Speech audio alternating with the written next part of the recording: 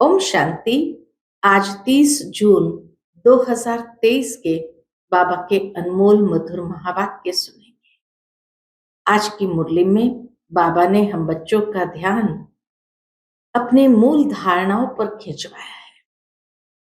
बाबा कहे, बच्चे, तुम्हें भोजन का बहुत बहुत ध्यान रखना चाहिए, क्योंकि उसी से हमारी अवस्था मजबूत होगी। बाबा कहे, जो बच्चे बाबा की याद में प्रेम से भोजन बनाते हैं और बाबा की याद में रहकर स्वीकार करते हैं, तो बाबा भी वासना लेते हैं और उस भोजन के अंदर भी शक्ति भरते हैं। तो बाबा कहे, तुम्हें निरंतर बाबा को याद करते, भोजन बनाते और सबको प्यार से भोजन खिलाना है। साथ ही साथ बाबा कहे, तुम्हें बच्चों को हर प्रकार की सेवा में अपना हाथ बटाना है।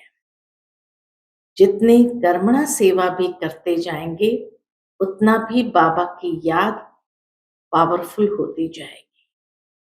तो सुनते हैं आज के बाबा के अनमोल मधुर महावाक्य। ओम शांति। मीठे बच्चे, इस पुरानी दुनिया, पुराने मांडवे से अब दिल हटा लो। तुम्हें बाप के पास वापस जाना है, इसीलिए घर को याद करो।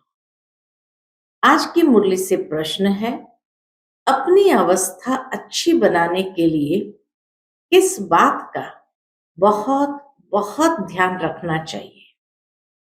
उत्तर है भोजन का। सेंसिबल बच्चे अपने हाथ से योग में रहकर भोजन बनाएंगे और खाएंगे। अगर कोई बाबा को याद कर प्रेम से बैठ भोजन बनाए और खाए, तो अवस्था बहुत अच्छी हो सकती है। तो बाबा कहे, सेंसिबल बच्चे अपने हाथ से योग में रहकर भोजन बनाएंगे और खाएंगे, और जो प्रेम से बाबा को याद करके भोजन बनाए और खाए, तो उनकी अवस्था बहुत अच्छी हो सकती है। बाबा की याद में भोजन बनाएंगे तो बाबा भी वासना लेंगे। सर्विसेबल बच्चों को बहुत फुर्त बनना चाहिए। हर प्रकार की सेवा में हाथ बटाना है। बाबा कहे, हर प्रकार की सेवा अपने हाथ से करनी है। आज की मुरली से पहले गीत बजा है, मुझको सहारा देने वाले तेरा शुक्रिया। ओम शांति। बच्चों प्रति बाप बैठ समझाते हैं। बच्चे जानते हैं, हम आत्माएं परमपिता परमात्मा बाप से सुन रही है। आगे सत्संगों में तुम ऐसे नहीं समझते थे कि हम आत्माएं परमपिता परमात्मा से सुन रही है। यहाँ बच्चे बाप के और बाप बच्चों के सन्मुख है। बाप निराकार है और आत्मा भी निराकार है ना। बाबा कहे, बाप निराकार है और आत्मा भी निराकार है ना।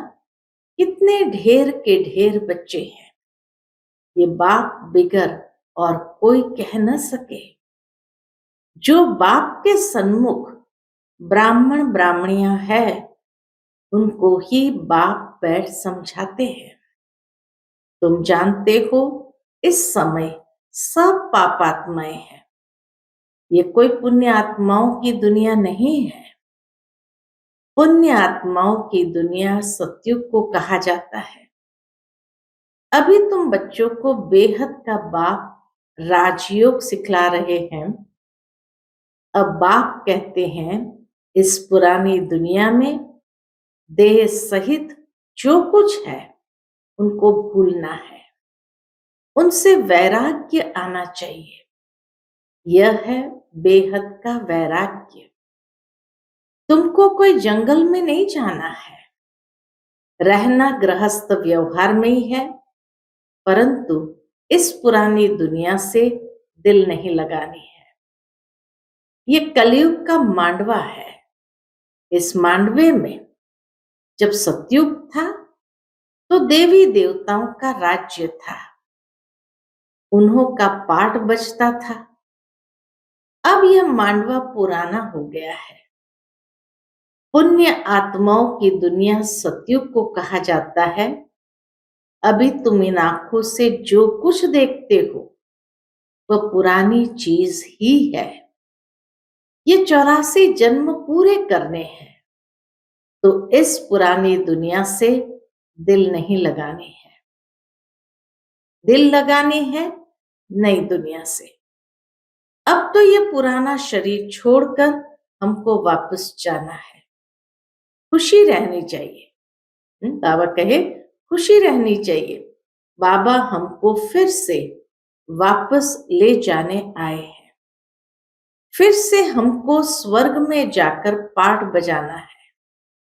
गोया गृहस्थ व्यवहार में रहते ममत्व मिटा देना चाहिए। पुरानी दुनिया को कब्रिस्तान बनना ही है।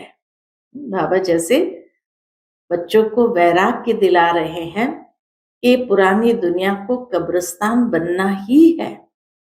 नाटक के एक्टर्स पाठ पूरा करते हैं तो फिर घर याद पड़ता है। पाठ पूरा हुआ कि फिर मन चला जाता अब घर जाना है। तुम भी जानते हो हम ब्राह्मणों ने 84 जन्मों का पाठ बजाया। 84 का चक्र ही कहा जाता है। वर्ण को याद करना पड़ता है। शिव बाबा बैठ फूलों को देखते हैं।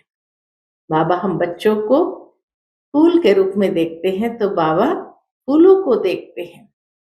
इनकी आत्मा भी देखती है और फिर बाबा को भी याद करती है।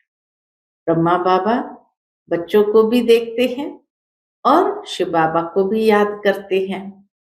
बाबा ने हमको यह ज्ञान सुनाया है।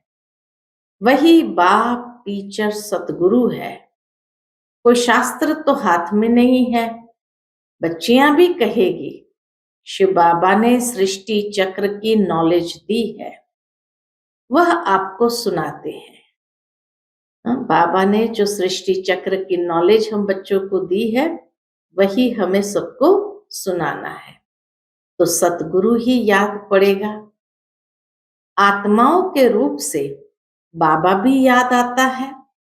सारे वर्ल्ड की हिस्ट्री ज्योग्राफी भी याद पड़ती है।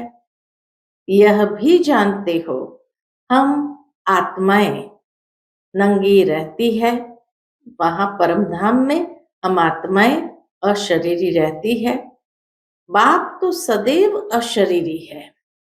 अभी हमको इस शरीर द्वारा कल्प पहले मुआफिक शिक्षा दे रहे हैं।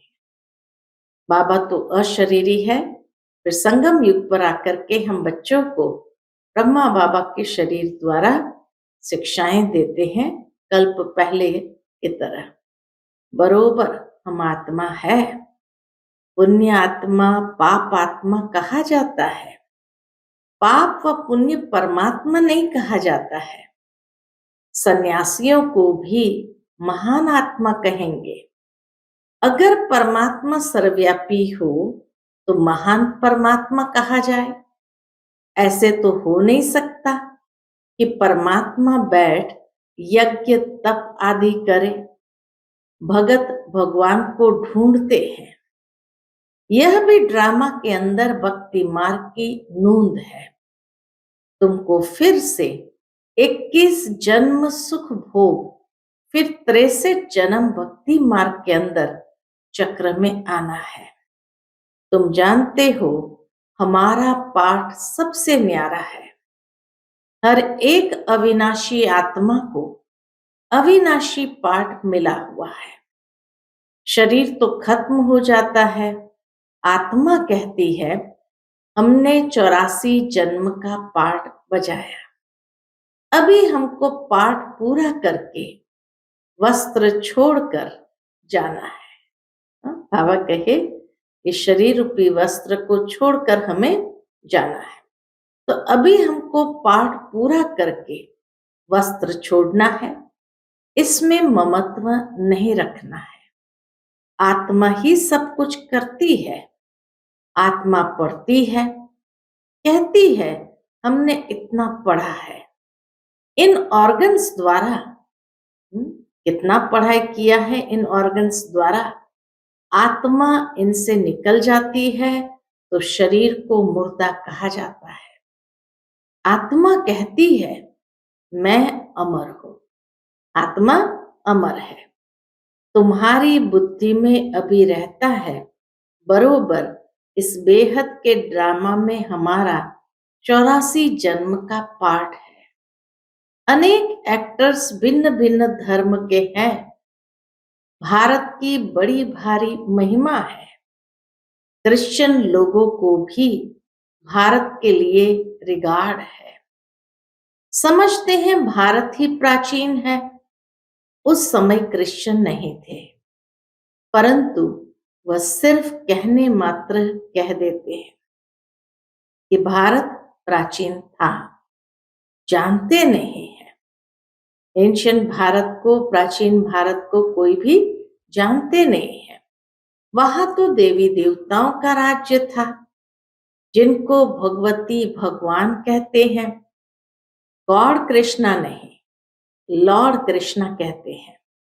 श्री कृष्ण के अथवा देवताओं के बहुत पुराने ते पुराने चित्र मंगवाते हैं, क्योंकि फिर भी सबसे बड़े हैं ना ये देवी देवता है।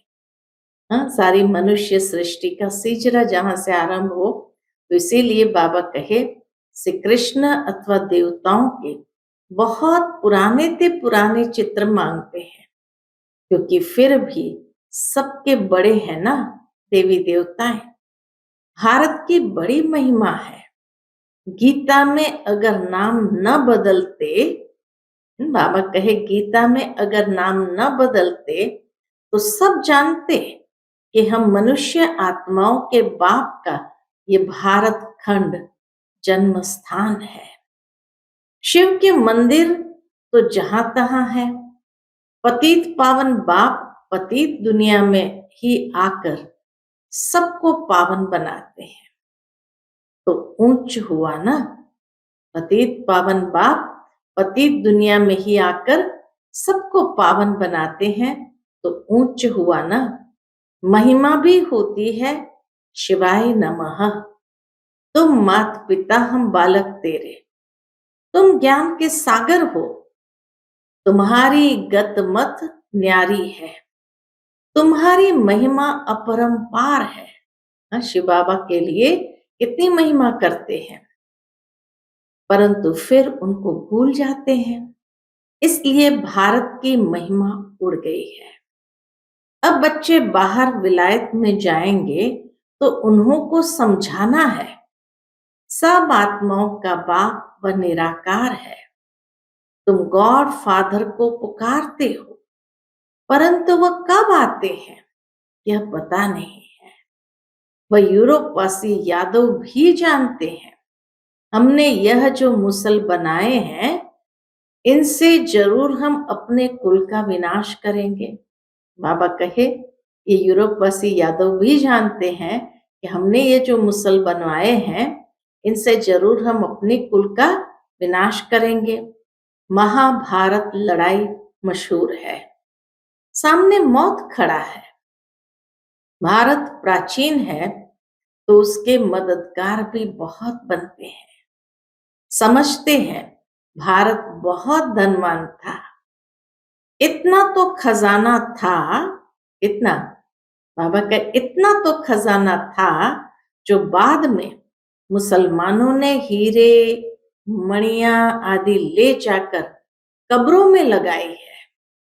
बच्चे जानते हैं बरोबर भारत में देवी देवताओं का राज्य था। अभी हम फिर से वह राज्य ले रहे हैं। सिवाय योग बल के कोई विश्व का मालिक बन न सके।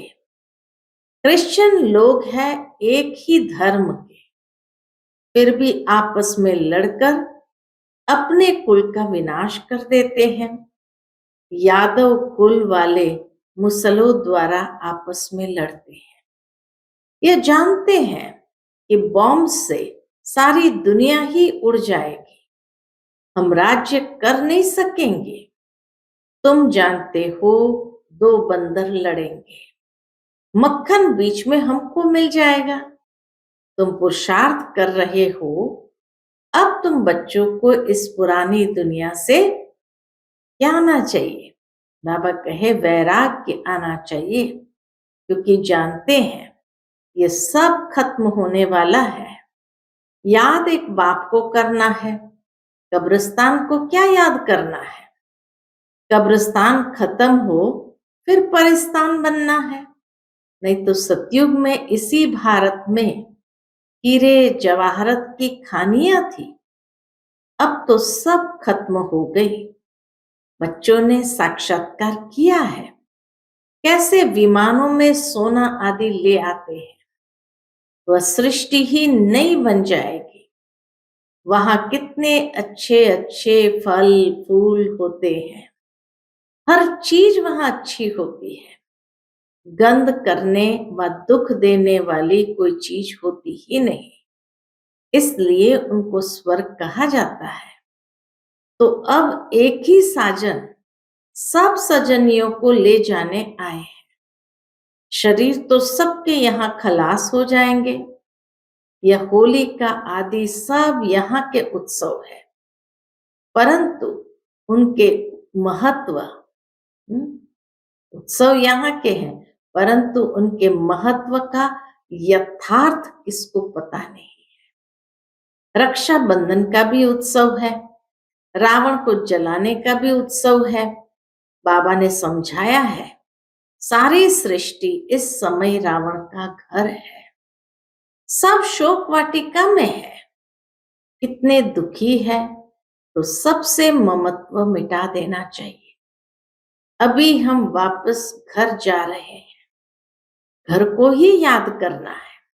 सतयुग में जब शरीर बूढ़ा होगा तब समझेंगे, अब ये शरीर पुराना छोड़ नया लेते हैं। अंदर में भाव जागृत होगा कि अब ये शरीर बूढ़ा हुआ है, तो समझेंगे अब ये पुराना शरीर छोड़ नया लेते हैं। अभी तुम समझते हो हमको वापस जाना है, इसीलिए देह अभिमान छोड़ना है। दुनिया इन बातों को नहीं जानती है, कह देते आत्मा सो परमात्मा, परमात्मा सो आत्मा। बाप समझाते हैं ये झूठ है।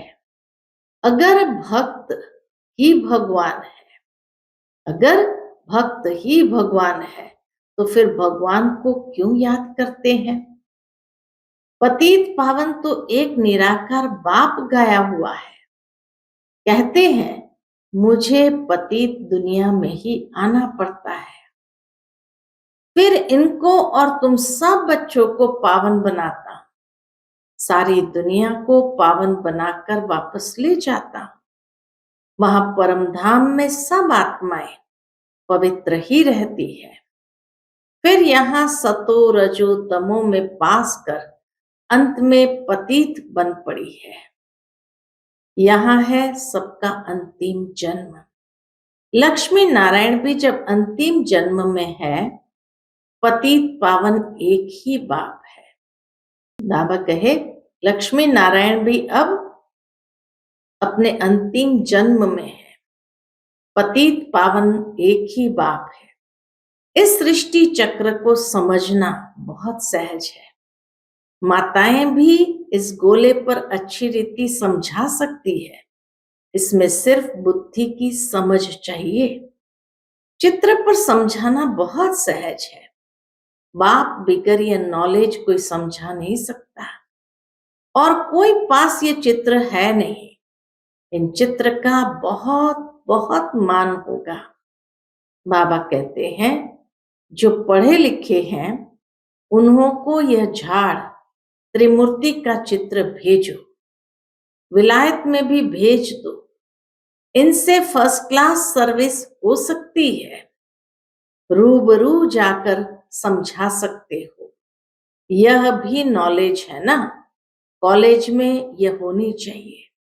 हम बाबा कहे ये नॉलेज कॉलेज में भी होनी चाहिए, तो उन्हों को बेहद की हिस्ट्री ज्योग्राफी की नॉलेज मिले। जो ब्राह्मण कुल के होंगे उन्हों को तीर लग जाएगा। भिन्न भिन्न प्रकार के डायरेक्शन बाबा देते रहते हैं। बच्चों को कभी जोश आता है, फिर ठंडे सोडा वाटर हो जाते हैं। कभी तो एकदम सेवा का जोश आएगा और कभी देखो तो एकदम सोडा वाटर हो जाते हैं। बड़ी बड़ी यूनिवर्सिटी में ये चित्र दो, चित्र जाएंगे तब तो किसको तीर लगेगा ना। विलायत के बड़े बड़े आदमियों को फ्री दो। बेहद का बाप कहते तुम फ्री दे सकते हो, परंतु ऐसे नहीं ट्राम व बस में जो मिले उनको देते रहो। लायक भी देखना है कि ये बच्चा लायक है या नहीं। इसमें बड़ी अच्छी नॉलेज है। बड़े बड़े दुकानों पर भी दे सकते हैं। मेहनत करनी चाहिए ना। सर्विसेबल बच्चे सर्विस कर सकते हैं।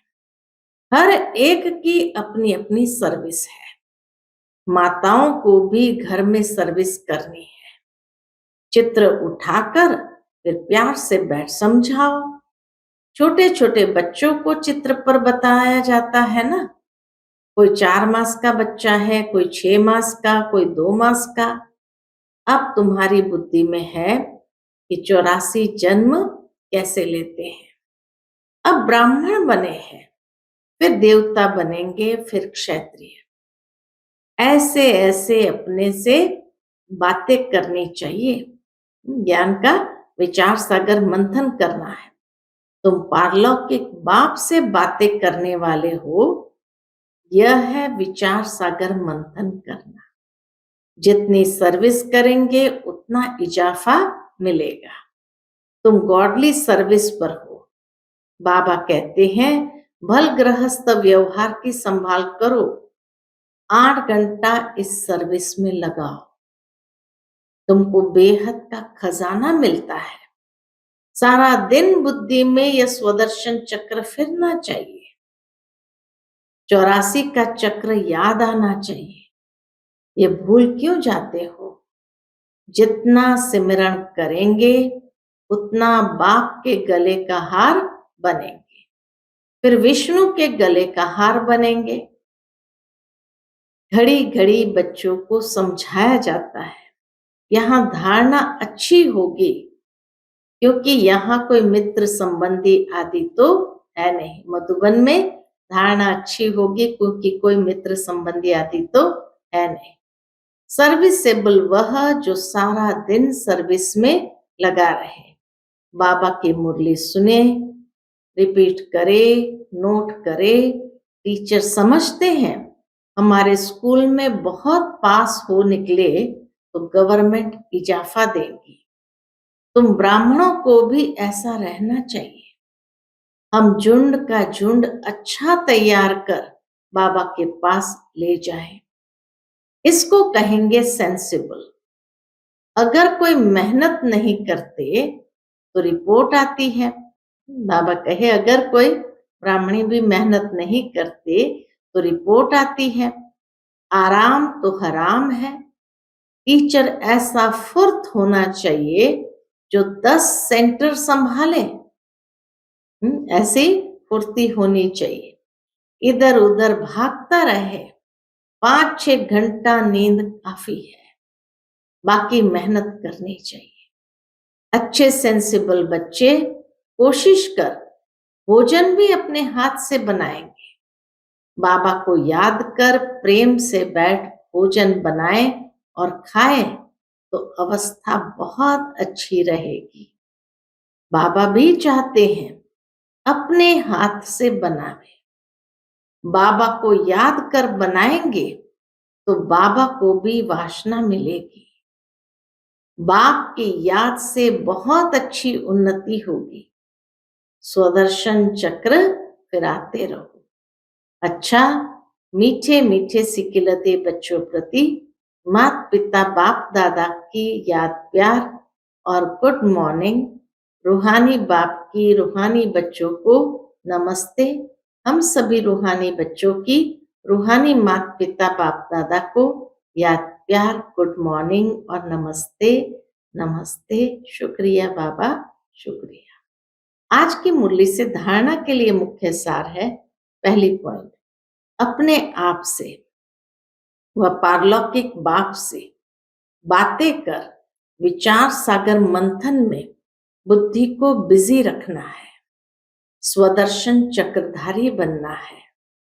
दूसरी पॉइंट, अभी हम वापस घर जा रहे हैं, ये शोक वाटिका है, इससे ममत्व मिटा देना है, नई दुनिया से अपने दिल लगाने हैं।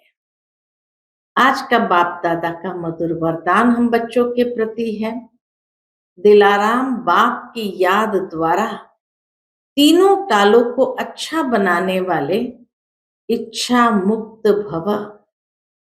दिलाराम बाप की याद द्वारा तीनों कालों को अच्छा बनाने वाले इच्छा मुक्त भव।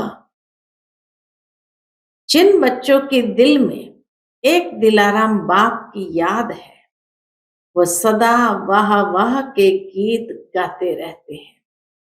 उनके मन से स्वप्न में भी हाय शब्द नहीं निकल सकता, क्योंकि जो हुआ वह भी वाह, जो हो रहा है वह भी वाह, और जो होना है वह भी वाह।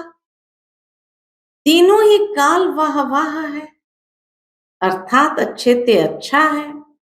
जहां सब अच्छा है वहां कोई इच्छा उत्पन्न नहीं हो सकती, क्योंकि अच्छा तब कहेंगे जब सब प्राप्तियां हैं। प्राप्ति संपन्न बनना ही इच्छा मुक्त बनना है। आज का स्लोगन है, संस्कारों को ऐसा शीतल बना लो जो जोश व रोब के संस्कार इमर्ज ही ना हो। संस्कारों को ऐसा शीतल बना लो जो जोश व रोब के संस्कार इमर्ज ना हो। अच्छा, ओम शांति।